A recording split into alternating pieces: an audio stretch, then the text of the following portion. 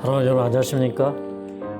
우리 옆에 사람 손을 꼭 잡고 사랑합니다 고백을 하시고 말씀을 시작하겠습니다. 저는 이제 우리 김정자 집사님께서 기도하신 것처럼 정말 이 세상에 돌아가는 형편을 보니까 예수님께서 마지막에 되리라고 하신 말씀들이 그대로 되고 있는 것을 보게 됩니다. 특별히 신명기 28장에 나와 있는 이제 이 세상 끝에 있을 이제 이런 그 재난들, 뭐 황사나 이제 미세먼지 이런 것들도 다 예언이 되어 있고, 그 다음에 이제 이 전염병들, 이런 성경에 그 종기나 혹은 온역이라고 표현되어 있는 이런 전염병들이 세상을 뒤덮을 것을 말씀을 하셨는데, 설마 했지만 이것이 우리 이렇게 살아가는 세대에 우리 눈앞에서 이렇게 일어날 줄은 사실 짐작을 못했습니다. 근데 이런 일들이 일어나는 걸 보면서 그래, 이렇게 하나님께서 마지막에 예언하신 사건들이 점진적으로 이루어지고 있는데, 그런데 그런 예언만 있는 것이 아니라 마지막 때에 하나님의 백성들에게 성령을 부어주시고, 또 그 성령을 받은 사람들이 나가서 복음을 전파할 때 많은 사람들이 그 성령의 능력 가운데서 치유받고 일어날 것을 예언하셨습니다. 그래서 이제 지금은 우리가 이 세상에 이런 그 악의 권세가 창궐하죠. 그런 만큼 하나님의 능력도 충만한 때가 이르러 왔다. 그래서 우리가 지금은 성령 받기 위해서 준비하고 기도해야 될 때라는 생각을 하게 되었습니다. 그래서 이제 오늘 그 이제 성령의 역사 가운데서 특별히 스데반 집사에게 임했던 그 성령 충만했던 그 역사를 우리가 살펴보면서 오늘날 우리도 스데반 집사님처럼 그런 신앙의 소유자, 그런 경험의 소유자가 되라고 하는 그 주님의 음성을 우리가 함께 나누기를 간절히 바랍니다. 우리 사도행전 6장에 있는 말씀입니다. 사도행전 6장입니다. 여러분, 이제 우리가 이 성령의 역사를 생각할 때 사실 이제 많은 사람들이 지도를 펼쳐놓고 지금 세상에 복음이 이만큼 전파되었고 또 세상에 기독교인들이 이만큼 있다라는 말을 자주 합니다. 근데 이 사도행전의 역사를 보면 세례를 많이 줘서 혹은 침례를 많이 줘서 이 복음 사업이 맞춰지는 게 아닙니다. 그런 침례가 아니었어요. 그래서 예수님께서 이 땅에 오셨을 때 예수님은 친히 침례를 주시지 않았어요. 그리고 요한은 예수님을 일컬어서 나는 물로 침례를 주지만 내 뒤에 오시는 이는 나보다 능력이 많으시니 그는 불과 성령으로 침례를 베푸시리라, 그렇게 말씀하셨어요. 그러니까 예수님이 주시는 침례는 무슨 침례였어요? 성령의 침례. 네.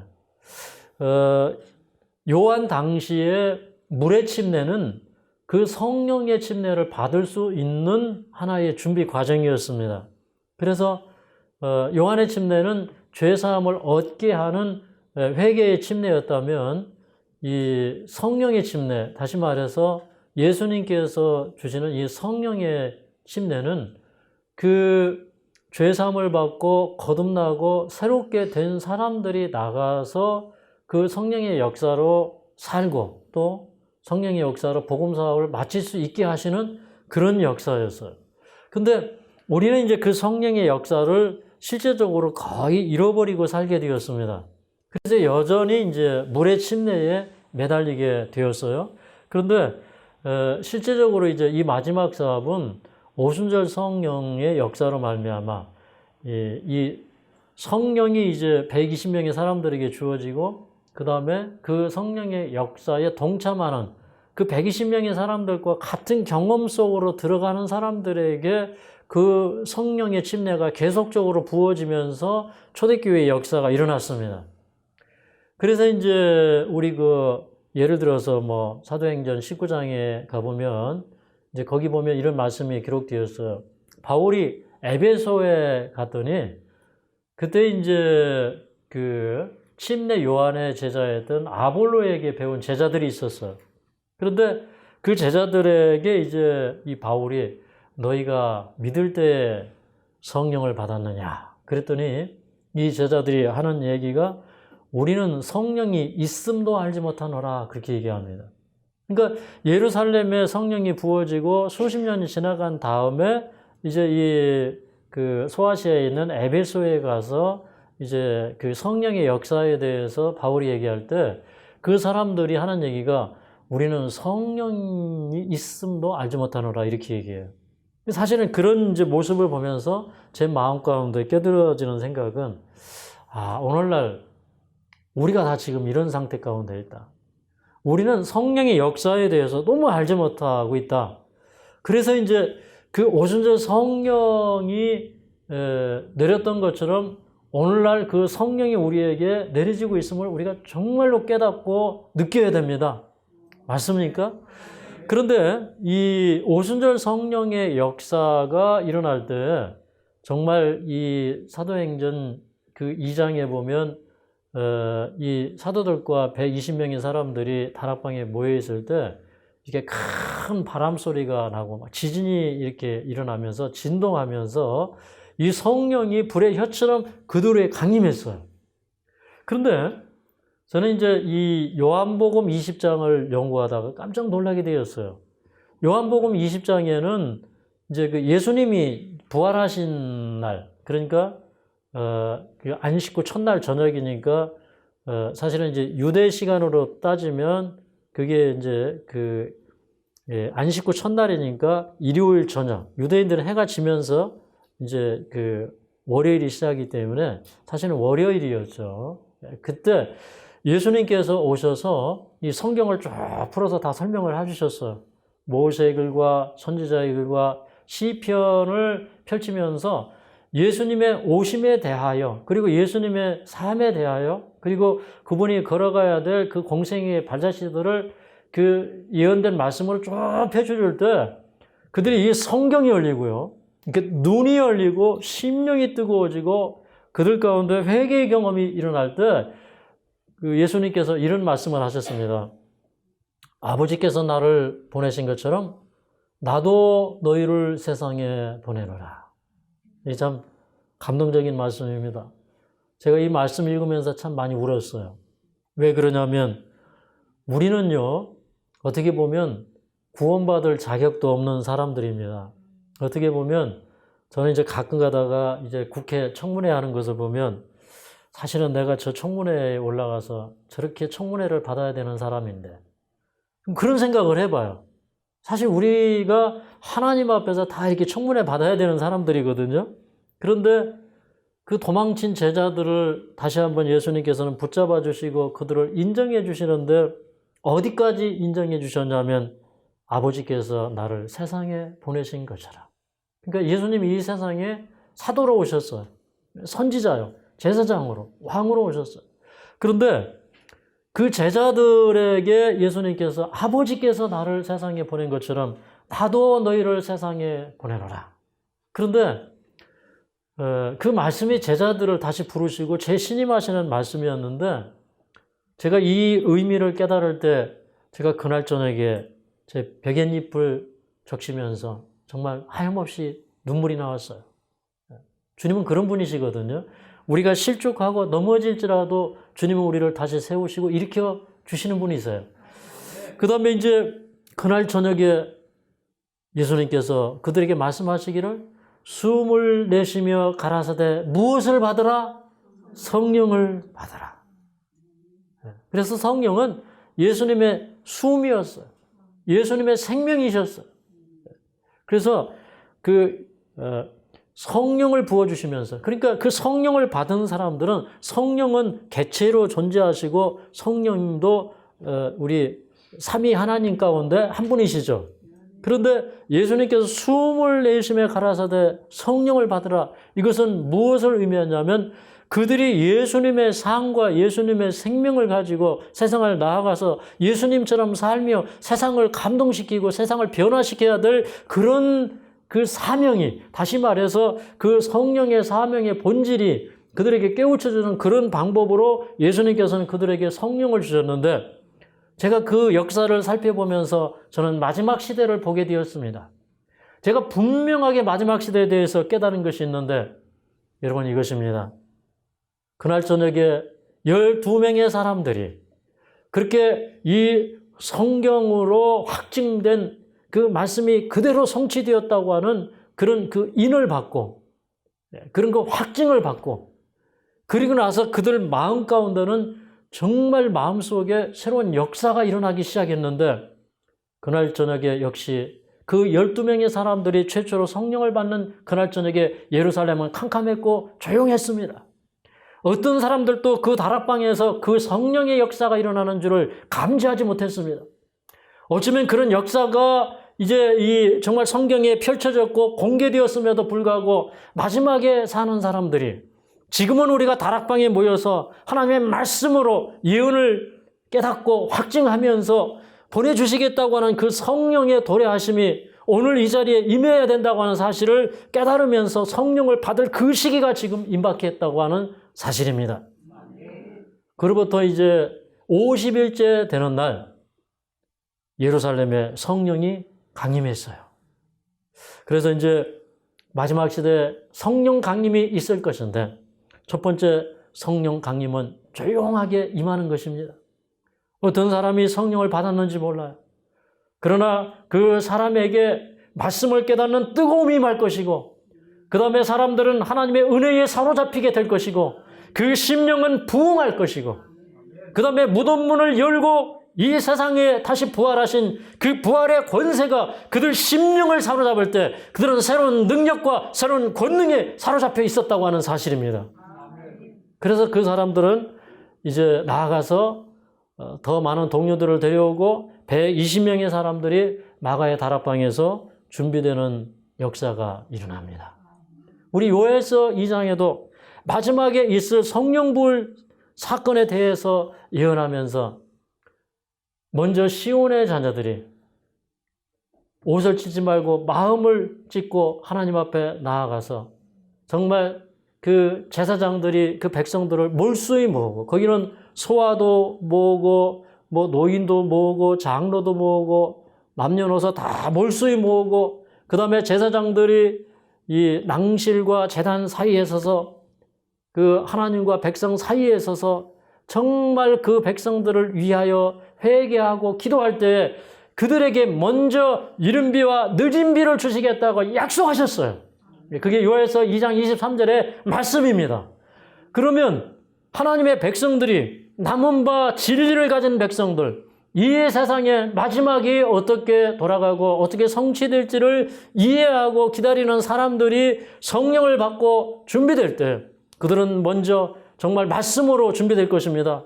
그 이른 비와 늦은 비가 올 때 이 마당에는 밀이 가득할 것이다 그랬어요. 그 마당의 밀은 뭐냐면 이 추수 마당에 이 밀들이 익어서 밀은 이제 밀을 수확할 때는 오순절 성령이 부어지는 때예요. 그 다음에 그 영혼들이 준비되어 가고 그 다음에 독에는 이 새 포도주와 기름이 넘칠 것이다 그랬어요. 우리의 심령에 그 성령께서 오셔서 우리에게 진리를 가르쳐 주시고 우리를 주님의 교훈으로 그 포도주와 같은 그 교훈으로 은혜로 새롭게 하실 때 우리의 심령에 차고 넘치는 부흥이 이르러 오는 것입니다. 그때 이제 이 백성들이 준비되었기 때문에 28절에 가면 요엘서 2장 28절에 보면 그 후에 내가 내 신을 만민에게 부어주리니 그렇게 얘기해서 모든 민족들에게 그 성령의 역사가 예루살렘에서 시작돼서 만민에게 돌아가는데 그 타이밍을 일컬어서 요엘서 2장 1절에는 시온에서 나팔을 불고 호각을 불어서 온 땅 거민으로 다 떨게 할지니 이는 여호와의 날이 임박하였음이니라 그렇게 얘기합니다. 그래서 하나님의 백성들이 일어나서 시온에서 나팔을 불고 호각을 불어서 이 세상을 경고하고 깨우면서 이제 새로운 하나님의 군대들이 출현을 하면서 이 마지막 사업을 마칠 수 있는 그런 패턴으로 나아갈 것을 성경은 예언하고 있어요. 여러분 이 마태복음 17장에도요. 예수님께서 십자가를 앞에 두셨습니다. 그런데 이제 예수님께서 가만히 이렇게 생각하실 때 이제 곧 십자가라는 환란이 다가오면 모든 사람들이 다 흩어질 것이었습니다. 그래서 스가랴서 9장에 예언된 것처럼 칼아 깨어서 내 목자, 내 짝진 자를 치라. 그래 하나님의 공의가 예수님에게 내려질 때에 그래 양떼들이 다 흩어질 것을 스가랴서는 벌써 예언하고 있었고 예수님도 그것을 보셨습니다. 그래서 이제 예수님의 제자들을 데리고 변화산으로 올라갑니다. 그리고 이제 예수님께서 그 변화산에서 기도하실 때 아버지시여 창세전에 아버지와 내가 함께 가졌던 그 영화를 저들에게 보여달라고 기도하실 때 그 예수님의 모습이 이렇게 신성이 드러나면서 그 예수님 속에 계신 그 신성이 드러나면서 옷이 무엇처럼 휘어졌어요? 눈처럼 휘어지고 거기서 그 신성의 그 영광이 확 드러나는 것입니다. 그러면서 이제 그때에 하늘에 이미 올라가 있던 그러니까 죽어서 이제 그 부활을 해서 유다서에 기록된 대로 승천했던 모세가 있었고 그 다음에 죽음을 맛보지 않고 불변가를 타고 올라갔던 엘리야가 그 변화산에 내려와서 이제 그 예수님과 신성이신 그 하나님이신 예수님과 이제 이 모세와 엘리야가 그 예수님과 더불어서 예수님을 위로하고 대화하는 그런 장면을 이제 이 졸고 있던 베드로, 요한, 야고보가 깨어나서 보게 됩니다. 그랬더니 그 변화산의 그 상황이 너무너무 영광스럽고 좋아서 이 베드로가 거기를 떠나오고 싶지 않아요. 그래서 예수님 허락하시면 제가 여기다가 초막을 세 채 짓겠습니다. 하나는 예수님을 위해서 짓고 한 채는 모세를 위해서 한 채는 엘리야를 위해서 짓고 저희가 이곳에 좀 있기를 원합니다. 이렇게 얘기했어요. 근데 그것은 또 무엇의 표상이었냐면 여러분 십자가가 있기 전에 세 명의 제자들은 하나님의 영광을 보게 되었습니다. 지금은 우리가 변화산에 있어야 될 때예요. 그래서 이 마지막 시대를 준비하는 사람들에게 하나님께서는 지금 베드로, 야고보, 요한과 같은 제자들을 부르시는 때예요. 그래서 마지막을 위해서 준비시켜주고 그 신성의 영광을 보여주셨던 것처럼 마지막에 큰 느진비의 역사를 위하여 지금 곳곳에서 하나님의 말씀으로 깨어서 부응하고 준비하는 그런 사람들이 변화산에 있는 사람들, 예루살렘의 그 마가의 다락방에 있었던 그 제자들과 같은 그런 사람들이 곳곳에서 준비되는 시기에 우리가 살고 있기 때문에 우리가 지금 눈을 똑바로 뜨고 정신을 바로 차려야 된다 이 말입니다. 아멘입니까? 역사는 예언된 대로 가는데 그 예언들이 조용히 임하기 때문에 세상 사람들이 알지 못한다 이 말입니다. 그래서 예수님께서 말씀하셨어요. 열처녀의 비유를 통해서 말씀하셨습니다. 여러분 이제 예수님은 혼인잔치의 비유를 통해서 마태복음 25장에 말씀하십니다. 이제 예수님이 마지막에 그 예루살렘에 이제 올라가셨을 때 자, 이 예루살렘 저 아래 동네에서 혼인잔치가 있었어요. 근데 그 혼인잔치는 이제 밤에 이루어지고 신랑이 밤에 옵니다. 그렇기 때문에 이제 그 신부의 집에서는 신부의 친구들이 호롱불을 켜고 그 신랑이 오기를 기다려요.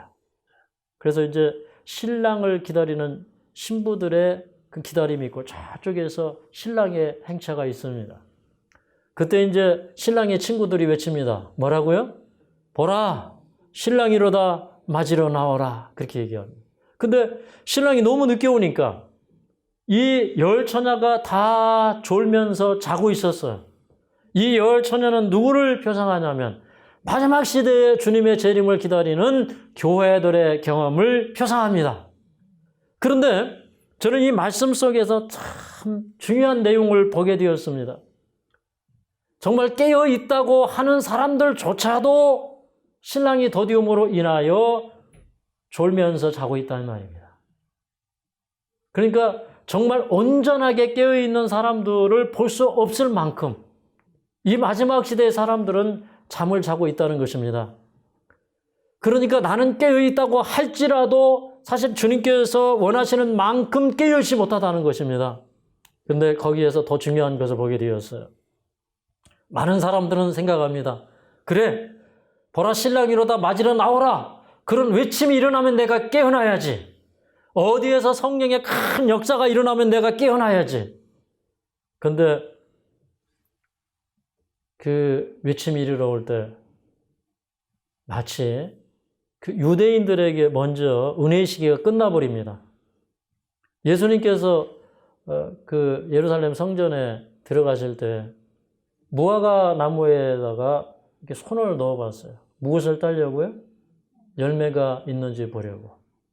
그런데 넣어보니까 열매가 있었어요? 없었어요? 없었어요. 근데 뭐라고 기록되냐면 아직 무화과의 때가 아니라라 그렇게 기록되어 있어요. 그게 무슨 얘기인가? 예수님께서 이렇게 이 3년 반 동안 그들에게 말씀을 주시고 정말 나무를 키우듯이 북을 주시고 가꾸었는데 유대인들이 이것을 거절했어요. 그럴 때 유대인들에게는 은혜의 시기가 빨리 끝났어요. 근데 이방인들에게는 이 은혜의 시기가 아직 남아있어요. 그랬던 것처럼 마지막 시대에도 어쩌면은 복음을 먼저 받은 사람들에게 은혜의 시기가 먼저 끝나요. 그래서 우리는 이제 어떤 마음을 가지고 살아야 되냐면 그때는 늦는다. 지금 우리가 준비되어야 된다. 모든 사람들이 복음을요 미래로 돌려놨어요. 미래주의 해석들. 하나님의 말씀이 미래에 성취된다. 구원도 미래에 있고 재림도 미래에 있고. 근데 그것은 잘못된 생각이에요. 우리는 현재 속에서 살아야 되고 지금 주님의 약속을 받아야 되고 지금 우리는 준비해야 됩니다. 내일은 나의 것이 아니에요. 저는 이런 생각을 하게 되었습니다. 이 세상의 모든 사람들은 죽을 것이다. 질병으로 죽든 늙어서 죽든 죽을 것이다. 근데 이제는 우리가 모든 사람들이 죽음을 각오하면서 살아야 될 시기가 이미 왔다. 그렇기 때문에 오늘 우리가 하나님 말씀에 깨어서 산다는 건 너무나 중요한 일이다. 이렇게 이제 생각을 합니다. 이제 오순절 성령이 왔을 때 그 성령의 역사가 이 복음을 획기적으로 전파할 수 있도록 하나의 그 은사를 더해 주셨는데 그 언어의 장벽 때문에 이제 각 나라와 족속에게 복음을 전하기가 어려운 거예요. 그래서 그 성령이 부어질 때 방언, 다시 말해서 지방 언어를 하는 그 능력이 제자들에게 부어졌어요. 이것은 아주 복음을 효과적이고 또 아주 빠르게 전파할 수 있는 그런 굉장한 중요한 계기가 되었습니다. 그런데 그 성령의 역사가 이 방언이 부어졌음에도 불구하고 이제 그 스데반이 순교할 때까지 거의 예루살렘에 그 성령의 역사가 국한되어 있었어요. 그런데 이제 AD 70년이 아니라 예수님이 31년에 십자가에 돌아가시고 그 다음에 3년 반이면 AD 34년이죠. AD 34년까지 3년 반 동안에 성령의 역사가 예루살렘에 집중되어 있었어요. 그런데 스데반 집사님의 또 빌립 집사님 같은 이런 분들의 심령 속에 이 성령이 차고 넘치는 것입니다. 그러니까 마치 이런 거 똑같아요. 여러분 저수지가 범람하면 어떻게 됩니까? 결국에는 둑이 터져버려요. 그죠? 여기 우리 개촌 나이가라야 폭포가 있죠. 개촌 저수지가 있어요. 근데 이제 비가 많이 오고 여름에 이제 홍수가 나고 이러면은 거기에서 이렇게 폭포수가 이렇게 확 쏟아지고요. 그리고 그 개울, 큰 개울이 물이 거의 꽉 차가지고 확 흘러내려가요. 여기 원래 나이가라의 폭포는요, 거기에 있는 게 아니고 이 하늘마을이 나이가라의 폭포입니다. 왜 그러냐면 하늘마을의 옛 이름이 무엇이냐? 옛 고을 이름이 무란이에요. 물이 마르지 않고 물이 충분한 동네. 그래서 이제 이사야 58장에 물된 동산 같은 곳이 어디냐? 하늘마을입니다. 이게 우연히 된 게 아니죠. 근데 이 하늘마을에 물된 동산 같은 물이 어디 있느냐? 여기 지금 식당에서 먹는 물, 여기 이 도로 사이에, 여기 식당 옆에 이 양쪽 건물 사이에 고기가 이렇게 딱 발원지예요. 그 물이 이제 솟아나오던 그런 곳입니다. 근데 이제 이 물된 동산과 같은 이런 축복은 하나님께서 영적으로 부어주시는 큰 그 축복이 되어야 되기 때문에 여기 하늘마을의 물량하고는 관계가 없습니다. 근데 이제 여러분도 다 그런 물된 동산과 같은 이제 축복을 받아들일 그런 하나님의 이제 백성들이십니다. 근데 이 성령의 역사가 스데반 집사님에게 충만한 것입니다. 그래서 이제 여기 사도행전 6장에 있는 이 말씀을 좀 읽어보면 참 은혜로운데 여기 1절부터 4절까지 있는 말씀을 좀 읽도록 하겠습니다. 195쪽입니다.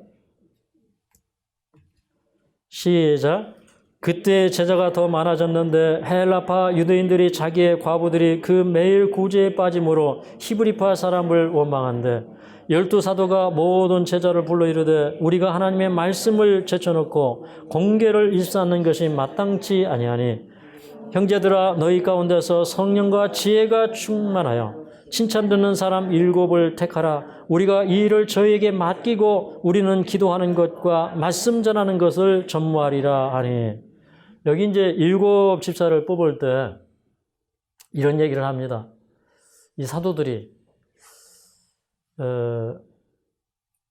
가만히 이렇게 보니까 이제 그때 그 사도 교회에 이제 그 사람들은 그 심령이 예수님의 그 은혜가 임하면서 이렇게 구제하는 일을 심히 많이 이제 하게 됩니다. 근데 특별히 이제 그 구제를 할 때 교회에 이제 두 부류의 사람들이 있는데 이제 히브리파 과부들 그리고 이제 그 헬라파 과부들, 히브리파 과부들은 이제 그 아람어를 쓰는 그런 그 유대인들, 그러니까 그 예루살렘 중심의 그 유대인들. 그 다음에 이제 헬라파 과부들은 사실 이제 유대인들이 각곳으로 이렇게 흩어지면서 이제 그 헬라어를 쓰는 그런 이방 지역에서 사는 그런 사람들이 많이 이제 교회 안으로 들어오면서 아무래도 헬라파 사람들은 자기네가 소외된다고 생각을 하기 때문에 그런데 이제 이제 교회 안에서 이제 그런 먹을 것들을 이렇게 챙겨주다 보니까 여기 뭐라고 하냐 하나님의 말씀을 제쳐놓고 공개를 일삼는 것이 마땅치 아니하니라 이렇게 얘기했는데 이 공개라는 것이 뭐냐면 그 웃 어른의 식단을 챙기는 거예요. 그러니까 교회 안에 나이 많은 이제 과부들 이렇게 그 식단 차려주고 섬기고 이거 이제 이 비효율적이니까 그런 이 과부들을 이렇게 잘 이렇게 음식을 챙겨줄 수 있는 이런 사람들을 뽑는 게 이 교회 안에 성령이 충만하기 때문에 성령이 충만한 집사님들이 많은 겁니다. 근데 그 가운데 이제 7을 선택할 때 여기 3절에 보니까 성령과 지혜가 충만하여 칭찬 듣는 사람이다. 그렇게 얘기합니다. 성령과 지혜가 충만하다. 그 다음에 이제 5절에 보니까 믿음과 성령이 충만한 사람 그렇게 얘기했어요. 그러니까 성령이 충만하고 또 지혜가 충만하고 또 뭐가 충만하고 믿음이 충만하고 그 다음에 이제 여기 7절에 보면 하나님의 말씀이 점점 왕성하여 예루살렘에 있는 제자의 수가 더 심히 많아지고 허다한 무리의 도도 이 도에 복종하니라. 스데반이 은혜와 권능이 충만하여 기사와 표적을 민간에 행하니. 그래서 이제 또 여기 뭐가 충만하다고 했냐면 은혜와 권능이 충만하다 그랬어요. 그러니까 교회 안에 성령으로 말미암아 있어야 될 요소들이 충만한 것입니다. 그래서 지혜가 충만하고 믿음이 충만하고 은혜가 충만하고 권능이 충만해. 근데 이제 이 사람들이 나아가서 이제 또 복음을 전하는데 특별히 이제 이 스데반이라고 하는 인물이 있는데 이 스데반은 유대인이면서 헬라의 문화와 관습을 잘 알고 있는 사람이고 또 헬라 말을 잘 하는 사람이에요. 그래서 이 스데반이 나가서 전도를 하는데 그런데 이 스데반 집사님이 전도를 할 때 은혜와 권능이 충만한 거예요. 그러니까 은혜가 충만한데 권능이 충만해. 이 권능이 충만하니까 또 많은 사람들에게 기사와 표적을 행하면서 뭘 했을까요? 병을 고쳐주는 거예요. 그러니까 이 사단이 굉장히 이제 두려운 상황이 된 겁니다. 이 표적과 기사를 행하니까 두려워지는 거예요. 그 예수님께서 기사와 표적을 많이 행하셨어요. 특별히 요한복음 11장 47절에 보면요. 그 예수님이 죽은 나사로를 살렸을 때 그 예수님께서 표적을 많이 행하기 때문에 이 제사장들과 뭐 그 유대의 관원들이 이렇게 보니까 예수님을 그냥 내버려 두면은 큰일 나겠거든요. 그래서 예수님을 잡아 죽이려고 했어. 그런 것처럼 이제 이 스데반 집사님이 나가서 이렇게 이 기사와 표적을 많이 행하고 병을 고치는 역사를 일으키니까 이 사람을 그냥 내버려 두면 안 되겠다 이 말입니다. 그래서 이제 이 유대 랍비들이 이제 그 모의를 해서 이 사람 이대로 내버려 두면 안 되겠다. 그래서 이제 각 지역에서 이제 그 랍비들을, 그러니까 아주 학식 있는 그런 그 신학 박사들이죠. 이런 이제 율법 학자들을 모으고, 그 다음에 이제 원래 이 사람들은 헬라파 유대인들이에요. 헬라파 유대인들인데 이제 그 히브리파 유대인들에게는 어떻게 보면은 조금 이렇게 소외된 그런 사람들이죠. 그런데 이 사람들이 가서 이제 여기 보면 12절에 보면 백성과 장로와 서기관들을 충동합니다. 충동하고 그 다음에 이 유대인 랍비들이 음모를 해서 이 스데반에게 모함을 씌우는데, 뭐라고 모함을 씌우냐면 여기 11절에 보면 사람들을 가리켜 말하기를 이 사람이 모세와 및 하나님을 모독하는 말하는 것을 우리가 들었노라. 이렇게 이제 그 거짓 증인들을 매수해서 이 스데반 집사가 하나님을 모독하고 또 모세를 모독하는 말을 우리가 들었다. 그렇게 해서 이 사람을 그 고소를 해서 이제 그 공회에, 다시 말해서 사내들은 회의에, 그러니까 유대인들의 최고 의결기관에 사람들을 모아둡니다. 이제 모아놓고 그 다음에 또 이제 이 거짓 증인들을 세우는데 여기 또 13절에 보면 14절을 좀 읽겠습니다. 13절, 14절. 사도행전 6장 13절, 14절. 시작. 거짓 증인들을 세우니 가로되 이 사람이 이 거룩한 것과 율법을 거스려 말하기를 마지 아니하는도다. 그의 말에 이 나사렛 예수가 이곳을 헐고 또 모세가 우리에게 전하여 준 규례를 고치겠다함을 우리가 들었노라. 근데 이제 이 스데반이 이제 그 유대인 그 율법 학자들과 이렇게 변론을 할 때 이 사람이 어떻게 이 성령이 충만하고 지혜가 충만한지 이 스데반 집사가 말하는 것을 감당을 못하는 거예요. 그러니까 이기지를 못하는 거예요. 그러니까 그 이기지 못할 때 이 유대인들이 격분했어요. 그래서 이 스데반 집사를 어떻게 죽여 없애야 되겠다. 이제 이렇게 생각을 합니다. 그리고 이제 거짓 증인들을 세워서 공회에서 이제 거짓 증거를 하게 합니다. 이 사람이 말하기를, 그러니까 거룩한 곳은 이 성소거든요. 이 사람이 성소와 율법을 거스려서 말했다. 그러면서 예수가 이 성전을 헐겠다고 가르쳤다. 사실은 이제 예수님께서 제자들에게 하신 말씀 가운데 이 예루살렘 성전이 무너지고 이게 돌 위에 돌 하나도 첨놓이지 않겠다고 하시면서 사실 그 성전이 붕괴되고 유대인들이 버림받을 것에 대해서 얘기했어요. 맞습니까? 그리고 이제 규례라고 하는 것이 무엇입니까? 그들은 계속해서 뭘 하고 있었어요?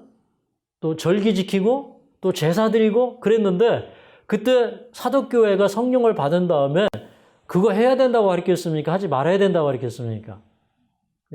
그런 것에서부터 점점점 멀어져 가고 있었고, 그래서 이제 그런 부분들을 얘기할 때 사실은 예수님께서 오셔서 구약의 그 성소 제도나 이런 그 표상들을 다 성취시켰기 때문에 이것을 더 이상 가르칠 필요가 없었던 것입니다. 맞습니까? 그래서 스데반이 이제 그런 그 시대의 현대적인 기별을 꼭 집어서 얘기할 때에 이 사단은요, 유대교를 예루살렘에 꽉 가둬 놓으려고 그랬어요. 예루살렘에 성령이 강림한 거는 어떻게 할 수가 없었어. 그때 이 제사장들의 허다한 무리가 이 도에 복종했다 그랬거든요. 레위인들, 제사장들, 그 예레미야스라고 하는 사람은 그때 당시에 레위인과 제사장들이 18,000명이 이 복음을 받아들였다. 이렇게 이제 기록을 했는데, 근데 그렇게 많은 사람들이 이 복음을 받아들였지만은, 그러나 이 사단이 원하는 것은 무엇이냐면, 그래, 너희들 이 성전 참 훌륭하고 아름답지. 그러니까 이 사람들의 신앙은 이렇게 성경 중심의 신앙, 그러니까 예식 중심의 신앙, 그 다음에 그 규례 중심의 신앙, 그러니까 전통 중심의 신앙.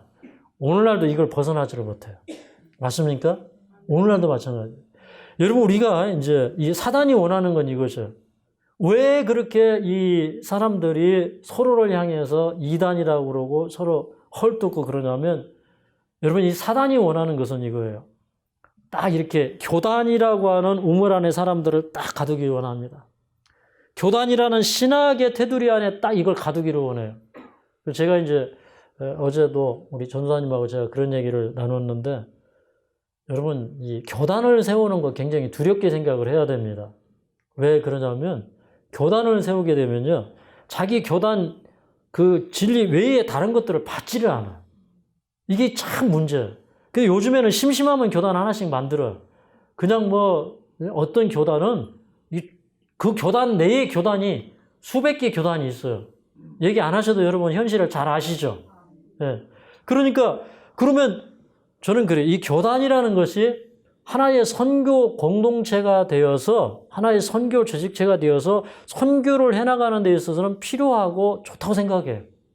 근데 그것이 말입니다, 하나의 독선이 돼가지고 나와 다른 사람들을 전부 이단으로 만들기 때문에 따지고 보면 다 이단이지. 안 그렇습니까? 다른 교단의 입장에서 보면 나도 이단이고, 내 교단의 입장에서 보면 저 사람이 이단이기 때문에 다 이단이에요, 사실은.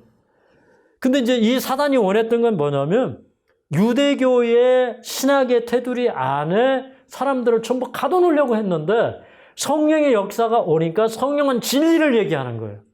예수님께서 성취한 사실에 대해서 얘기하는 것입니다.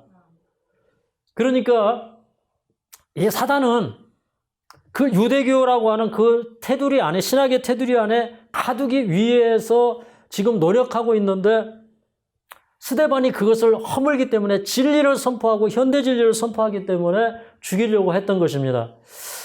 그런데 이제 그 산헤드린 회의는 참으로 그 역사적인 회의가 되고 말았습니다. 근데 이 사도행전을 연구하다 보면 거기에 어떤 인물이 있었냐면, 누가 있었습니까?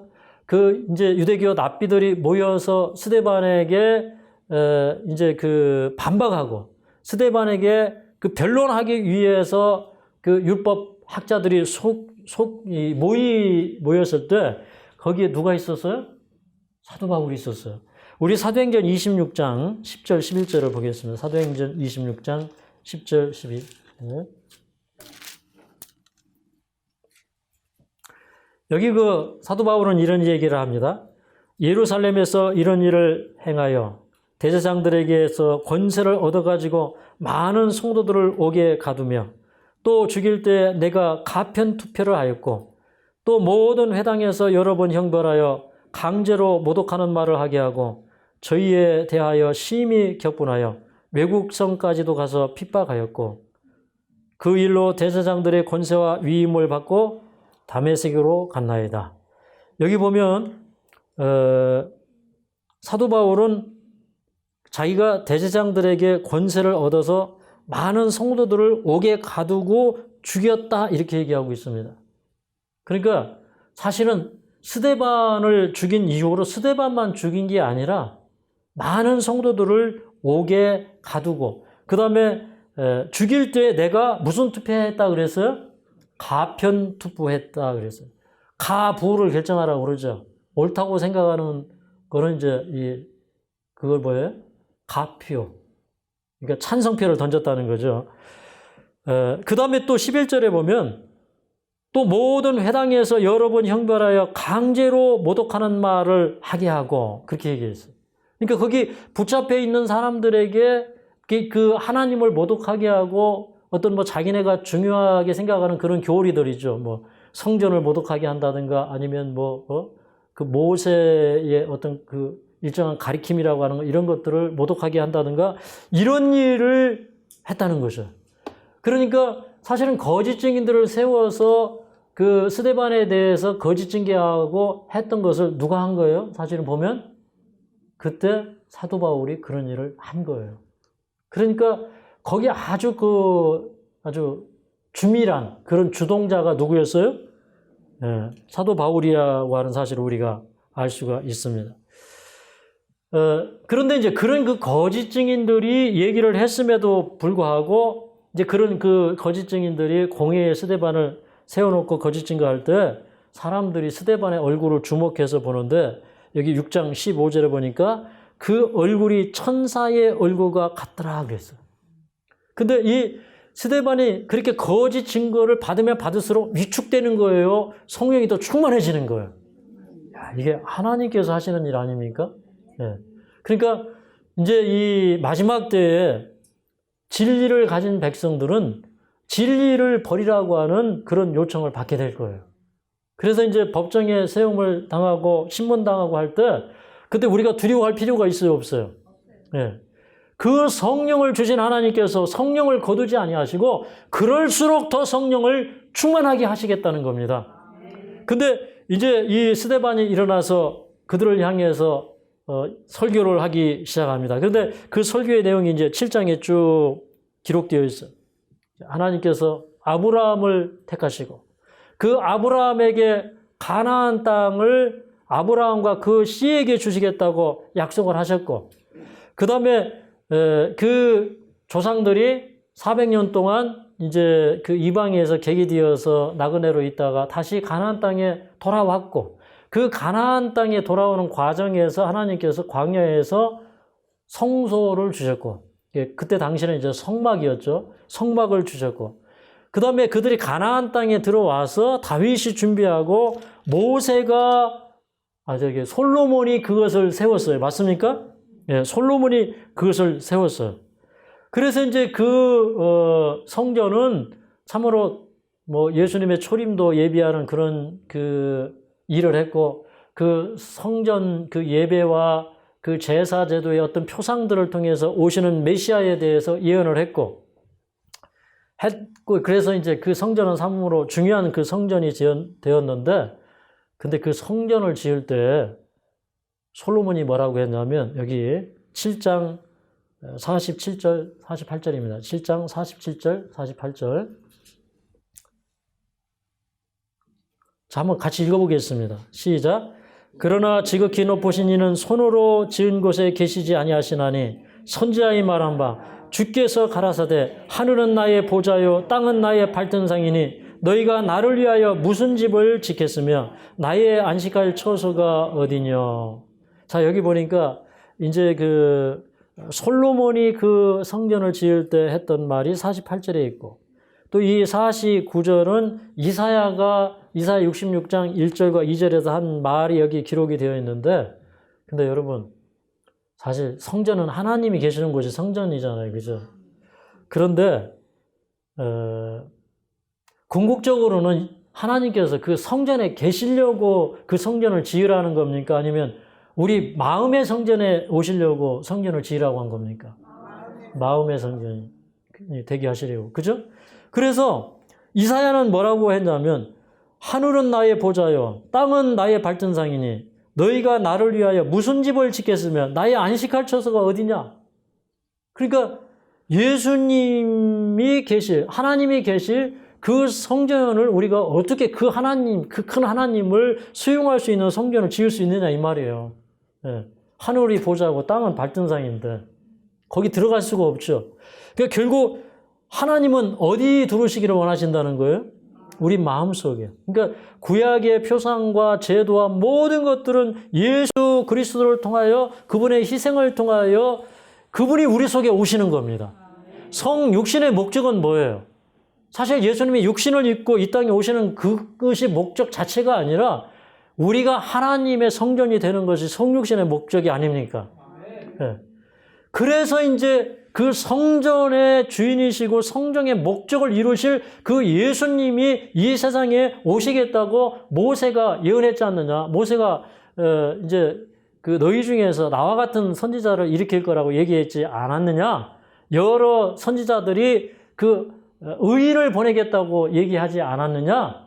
그런데 그 의인을 너희가 십자가에 못 박아 죽였느니라 이렇게 얘기를 하는 겁니다. 그러니까 이 사람들이 사실은 이제 이 스데반 집사님이 선지자 얘기 나오고 의인 나오고 그 다음에 누구 얘기 나올까요? 그 다음에 이제는 메시아가 나오고 그분이 세상의 구주가 되고 이런 얘기를 해야 되는데 이 사람들이 거기까지 나오니까 아니 감히 우리 성전에 대해서 이런 얘기가 나오니까 이 사람들이 어떻게 되는 거예요? 이게 통제를 넘어가는 거예요. 그죠? 그래서 이 사람들이 막 그냥 이 사람의 얼굴이 아니라 누구의 얼굴 변하는 거예요? 짐승의 얼굴, 마귀의 얼굴 막 변하는 거예요. 그러니까 51절에 목이 걷고 마음과 귀에 할례를 받지 못한 사람들아 너희가 항상 성령을 거스려 너희 조상과 같이 너희도 하는도다. 너희 조상들은 선지자 중에 누구를 핍박하지 아니하였느냐? 의인이 오시리라 예고한 자들을 저희가 죽였고 이제 너희는 그 의인을 잡아준 자요 살인한 자가 되나니 너희가 천사에 전한 율법을 받고도 지키지 아니하였도다. 여러분 이 천사가 전해준 율법에 보면 살인하라고 그랬어요? 살인하지 말라고 그랬어요? 보니까 곧 뭐 할 것 같아요? 곧 살인할 것 같아요. 그러니까 54절에 저희가 이 말을 듣고 마음에 찔려 저를 향하여 이를 갈거늘 그랬어요. 참 이상하죠? 왜 진리를 들었는데 이 사람들은 마음에 찔리는데 이를 갈았을까요? 그러니까 나중에 하나님의 백성들을 핍박하는 사람들은 진리를 모르는 사람들일까요? 진리 아는 사람들일까요? 네. 이게 제정신이 안 되는 거예요. 진리를 알면서도 거절하면 누가 사로잡아 버려요? 마귀가 사로잡아 버려요. 그래서 이제 이 사람들이 막 이를 가는데 이를 간다는 게 뭐 이를 악물다 이런 뜻도 있고요.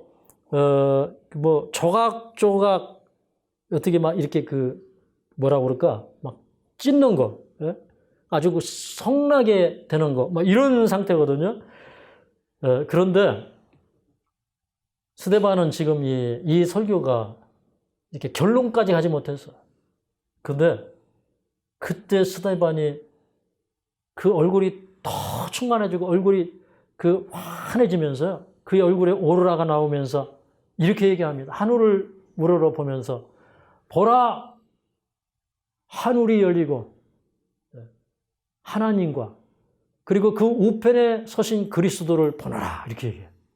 그러니까 이 스데반은 아직 결론을 내지 못했는데 그 결론이 이제 막 내려지려고 하는 순간에 이렇게 막 사단이 야수로 그 자리에 사람들을 이렇게 사로잡혀서 말을 못하게 하고 막 기를 막고 소리 지르고 그러니까 그 순간에 하나님께서 스데반의 눈에 하늘을 열어주시고요. 하나님의 영광을 보여주시고요. 그 우편에 인자가 서신 것을 보여주는 거예요. 이래서 순교할 수 있는 겁니다. 그러니까 스데반의 눈에 이 사람들이 보여요, 안 보여요? 안 보이고 두려움이 보이는 것이 아니라 하나님의 영광이 보이고 그 우편에 예수 그리스도께서 서신 것을 본다 이 말이에요. 그러니까 그분은 하나님이시고 하나님께 영광을 받으셨고 그분이 지금 하늘에 왕과 제사장으로 계시다는 사실을 그분이 우편에 서서 계시다.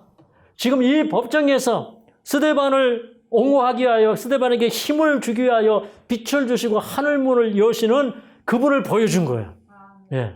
근데 그 하늘문을 여는 순간에 사단이 복음을 예루살렘에 꽁꽁 묶어 놓으려고 했던 그 뚝은 허물어지고 말았습니다. 그 가둬놓으려고 했던 그 푸대는 찢어지고 말았어요. 그런데 여기 이렇게 기록되고 있습니다. 이제 그런 일이 일어날 때 사람들이 스데반을 끌어다가 성 밖에 끌고 나와서 이렇게 돌로 칩니다. 그러면서 여기 58절에 보면 자기들이 옷을 벗어서 사울이라는 청년의 발 앞에 두니라 그랬어요. 그 자리에 주동자 누가 있었어요? 사울이 있었어요. 이 젊은 혈기로 이 청년 사울이 스데반을 데리고 나가서 이제 그 돌을 치려고 할 때 아직 청년이었어요. 그러니까 이 아직 사울이 그때는 산헤드린 회원이 아니었어요. 왜 그러냐? 결혼을 해야 산헤드린 회원이 되거든요. 근데 26장에 자기가 대제사장에게 가서 이제 그 성도들을 잡아 죽일 그런 공문을 요청하고 할 때는 그때는 이제 대제사장이 누구였었냐면 안나스가 대제사장을 하고 있었거든요. 예. 그러니까 그때는 이 사람이 이제 그 산헤드린 회원이 된 것 같아요. 그러니까 스데반을 잡아 죽이고 그 다음에 이제 그 이후로 여기 8장에 보니까 예루살렘의 교회에 큰 핍박이 일어나고 또 그 다음에 그 여기 보면 사울이 교회를 잔멸할 때 각 집에 들어가 남녀를 끌어다가 옥에 넘기니라 그랬어요. 그러니까 그냥 이잡듯이 다 잡아다가 옥에 가두고 하는 걸 누가 했다는 거예요? 사울이 했어요. 근데 저는 이제 이 사도행전 9장에 보면 사울이 이렇게 그 제사장들에게 공문을 받아가지고 이제 다메섹에 가서 그리스도인들을 잡아 죽이려고 할 때에 예수님께서 그 앞에 나타났어요. 그러면서 이 사울을 부르죠. 그때 이제 사울이 고꾸라져서 회개해요. 그 이상하잖아요. 그렇게 핍박한 사람에게 하나님께서 은혜를 베푸셔요. 근데 저는 이 마지막에 스데반이 한 기도를 기억합니다. 스데반이 뭐라고 기도했냐면 자 여기 60절 7장 60절을 읽겠습니다. 60절 시작. 무릎을 꿇고 크게 불러 가로되 주여 이 죄를 저들에게 돌리지 마옵소서. 이 말을 하고 자니라. 스데반이 뭐라고 기도했어요? 주여 이 죄를 저들에게 돌리지 마옵소서. 그래서 사실 이 죄가 누구에게 돌아가야 됐냐면 사울에게 돌아갔어야 했어요. 근데 그 죄를 하나님께서 사울에게 돌리지 아니하시고 스데반의 기도를 들으신 하나님께서 사울에게 은혜를 베푸셔서 그 자기보다 더 강력하고 자기보다 더 율법과 모든 면에 있어서 더 뛰어난 사도 바울을 통해서 이 복음을 땅끝까지 증거하시는 일로 삼으신 것입니다. 그래서 어떻게 보면 스데반은 이방 선교를 위하여 땅에 떨어진 하나의 미랄이 되었어요. 저는 이제 이 말씀을 생각하면서 여러분 이제 우리가 이 마지막 시대에 이 스데반처럼 이래야 될 때가 이르러 왔어요. 지금 우리가 스데반의 능력과 삶을 구해야 될 때입니다.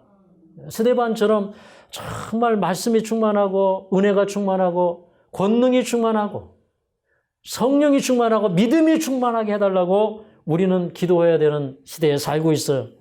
이렇게 되기를 바라고 소망하는 자 그렇게 될 것입니다. 하늘을 향하여 눈을 들고 높은 표준을 바라보는 자 하나님의 영광과 그 보좌 우편에 서신 예수 그리스도를 바라보는 자 그런 사람들은 세상의 희망의 문을 열어갈 것입니다. 그런 사람들은 주님의 재림의 문을 열어갈 것입니다. 말씀 마치겠습니다. 어느 민족 누구게나 결단할 때 인간이 참과 거짓 싸울 때 어느 편에 설 건가 주가 주신 세모표가 우리 앞에 보이네 빛과 어둠 사이에서 선택하며 살리라 악이 비록 성하여도 진리도 당하다 진리 따라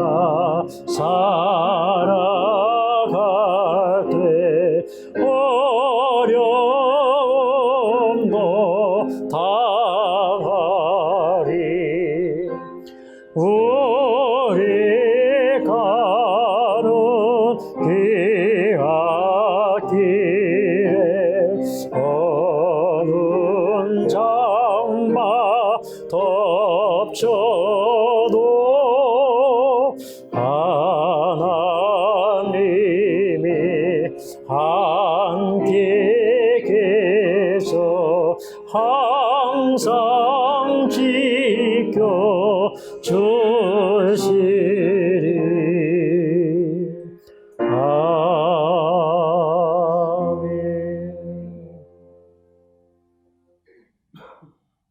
자비하신 우리 아버지, 주님께서 말씀하신 대로 세상은 돌아가고 있습니다. 주님 말씀하신 대로 이루시며 말씀대로 이 세상에 오실 것을 믿습니다. 한번 가면 다시 오지 않는 것이 인생이고 우리의 인생의 시간들은 짧습니다. 또 인생의 생명을 재촉하는 질병들이 일어나서 세상을 뒤덮고 있습니다. 이런 때 우리의 생명이 주님 안에 숨겨 있음을 고백합니다. 우리가 마음을 다하고 성품을 다하고 뜻을 다하여 주님의 나라를 준비하도록 도와주시옵소서. 참으로 이러한 위험한 시대에 또 위태로운 시대에 우리가 항상 깨어서 주 앞에 살도록 도와주시옵소서. 주님께서 이 세상에 재난의 때에도 성령을 주시겠다고 말씀하셨사오니 이제 우리가 이 성령을 준비하면서 기다리며 사는 주의 백성들 되게 하여 주시옵소서. 그 성령의 권능이 충만할 때 병자가 낫고 치유되었던 것처럼 주님 먼저 우리의 마음의 질병을 치료하시며 우리의 모든 병든 육체를 회복하시는 하나님의 은혜가 우리의 몸된 성전에 충만하게 하여 주시옵소서. 오늘 이전에 하나님의 종들의 치유와 또 종들의 간증을 통하여 하나님께서 은혜 받으시는 것처럼 참으로 이 영광이 더욱더 우리의 육신 속에 충만하게 나타나게 하여 주시옵소서. 스데반에게 임하였던 그 지혜와 권능의 성령 저희들에게 부어지기를 원합니다. 주님, 우리에게 성령을 부어 주시옵소서. 오늘날 우리가 스데반처럼 기도하게 하여 주시옵소서. 원수를 위하여 기도하고 미워하는 자를 위하여 기도할 때 참으로 새로운 역사가 일어남을 저희가 보게 되었습니다. 그런 새로운 역사의 장으로 나아가는 저희들 되게 하여 주시옵소서. 예수님의 이름으로 간절히 기도합나이다.